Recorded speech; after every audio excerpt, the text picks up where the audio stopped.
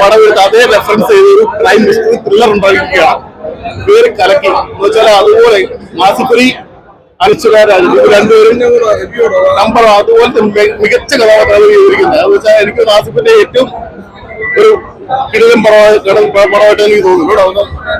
Crime mystery പഴയകാല അതായത് ഭരതനെയും നെടുമുടിയെയും അവരെയൊക്കെ തിരിച്ചു കൊണ്ടുവന്ന അടിപൊളിയായിട്ട് പുള്ളി റെഫറൻസ് ചെയ്ത് പഠിച്ചാണ് പടത്തിൽ ഇരിക്കുന്നത്.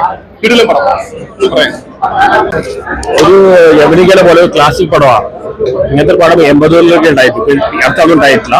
മലയാള സിനിമയുടെ മികച്ച 10 പടങ്ങൾ ഒരു പടമായി.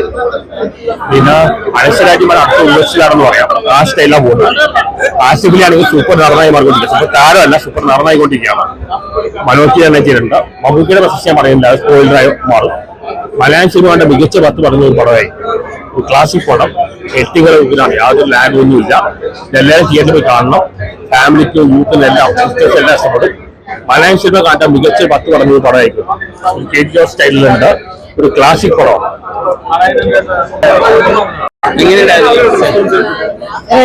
ഇപ്പൊ കണ്ടല്ലോ ഇറങ്ങിയതല്ലോ, നിങ്ങളെ റെസ്പോൺസിബിലിറ്റി പറയണം അങ്ങോട്ട്. നൈസായിട്ട് വന്നിട്ടുണ്ട്. എല്ലാ പ്രേക്ഷകർക്കും ഒബ്സർവേഷൻ പ്ലീസ് തിയേറ്ററിൽ പോയിട്ട് സിനിമ കാണാൻ. Please note promote privacy.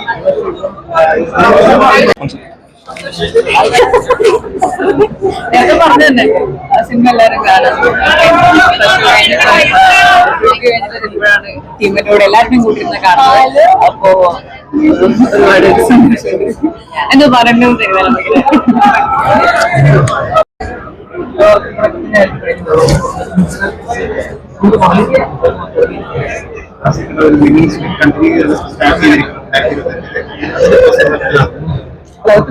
എനിക്ക് കഴിഞ്ഞ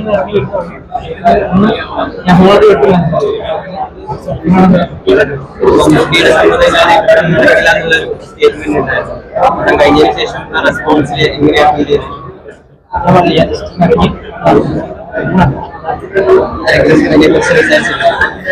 ഈ സിനിമ ഒരിക്കലും മമ്മൂക്കയുടെ സമ്മതിക്കാത്ത സിനിമ സംഭവിക്കില്ല. ഇതിന്റെ കഥ പോലും മമ്മൂക്കയോട് പറഞ്ഞിരിക്കുന്ന ഒരു ഐഡിയ ഉണ്ടെന്ന് പറഞ്ഞ ശേഷം മമ്മൂക്ക സമയം ശേഷമാണ്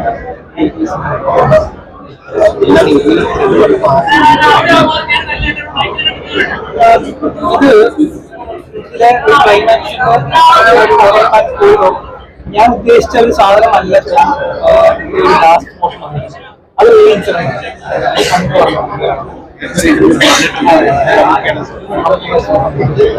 നമുക്കത് ജീവിതത്തിൽ നടന്നിട്ടുള്ള ഒരു സംഭവമാണ്. അതായത് ഒരു പോയിന്റ് വരുന്ന അത് പറഞ്ഞു. ഞാൻ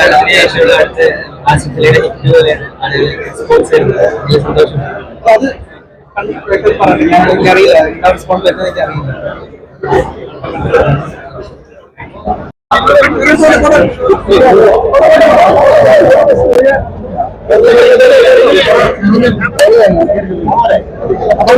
അല്ലെങ്കിൽ